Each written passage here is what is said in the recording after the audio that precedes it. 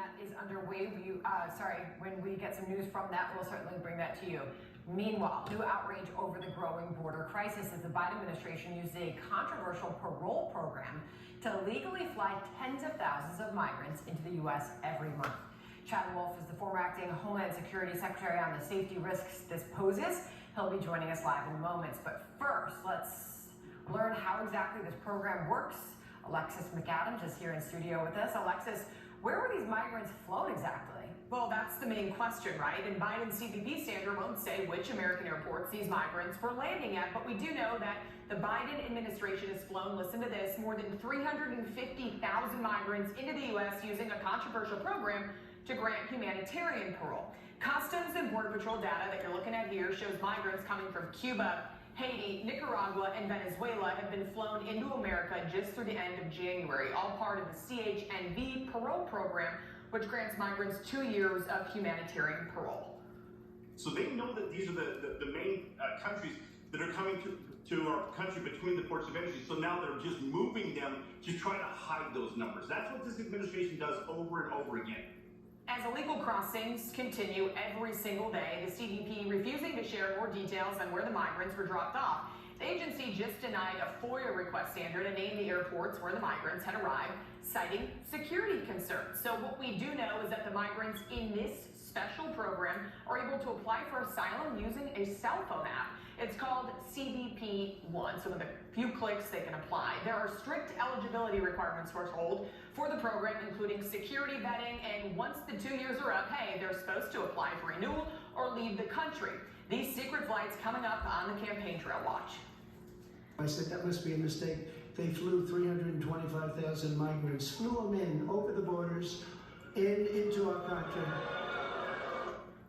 So Republicans are arguing that the migrants using Biden's parole program will end up staying here illegally. Several GOP states have sued the Biden administration over the legality of this program, but we're still waiting on that ruling, Sandra. All right, we'll keep watching all of that. Thank you.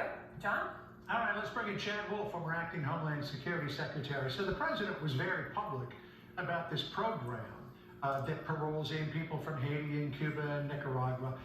But this idea of secretly flying 350,000 people into the country wouldn't seem to comport with the transparency with which the president announced this program. What's going on, Chad? Yeah, I think that's right. Look, what they're doing here through this parole program is giving these migrants advanced travel authorization. So no longer do they have to show up at a port of entry along that southwest border. Instead, they are flown directly into the United States from originating airports outside of the country. Now, this is occurring in 23. You showed the number 350 to 357,000. This is at the same time where you have almost 2.5 to 3 million migrants coming across the land border as well. And so this is a parole program that is being badly abused, unlawful. This is one of the reasons that House Republicans impeached Secretary Mayorkas. It's over this parole program in the way that it's being administered. And I think the most important point, which Sandra and others perhaps hit on, is that these individuals, the 357,000, they're not eligible for asylum.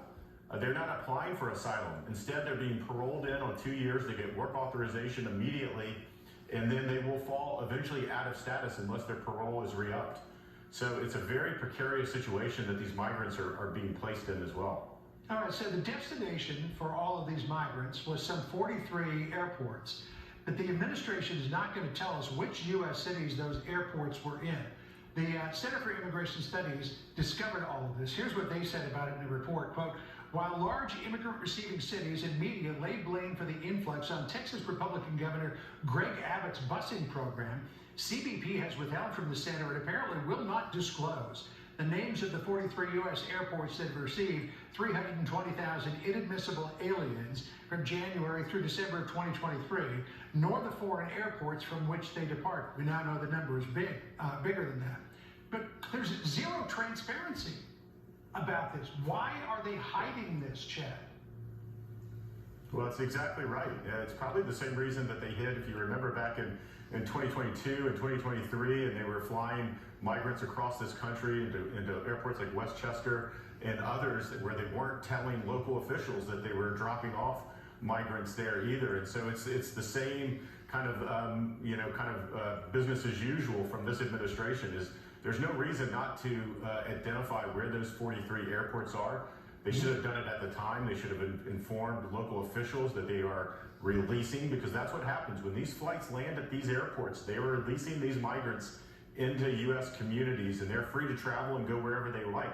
They have parole authorization, which allows them to do that. So not disclosing and not telling local officials, I think, is also very concerning as well. So the White House and leaders of Democratic sanctuary cities have been hammering Texas Governor Greg Abbott for busing or flying illegal migrants into their cities.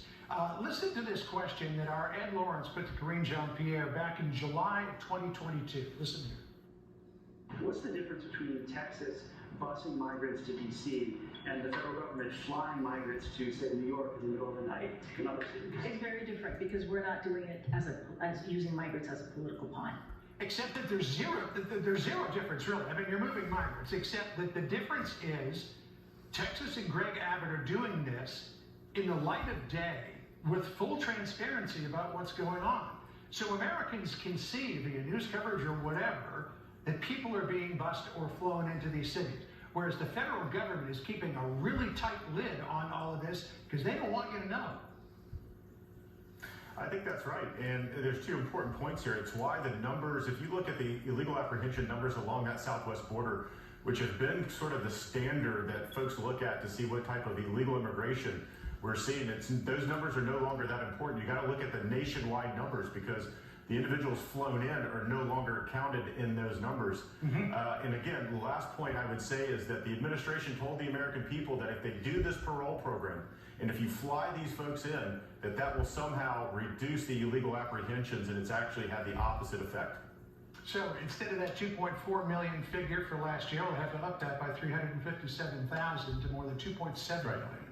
Chad, thanks so much for joining us. Appreciate it. Thank you. Sandra.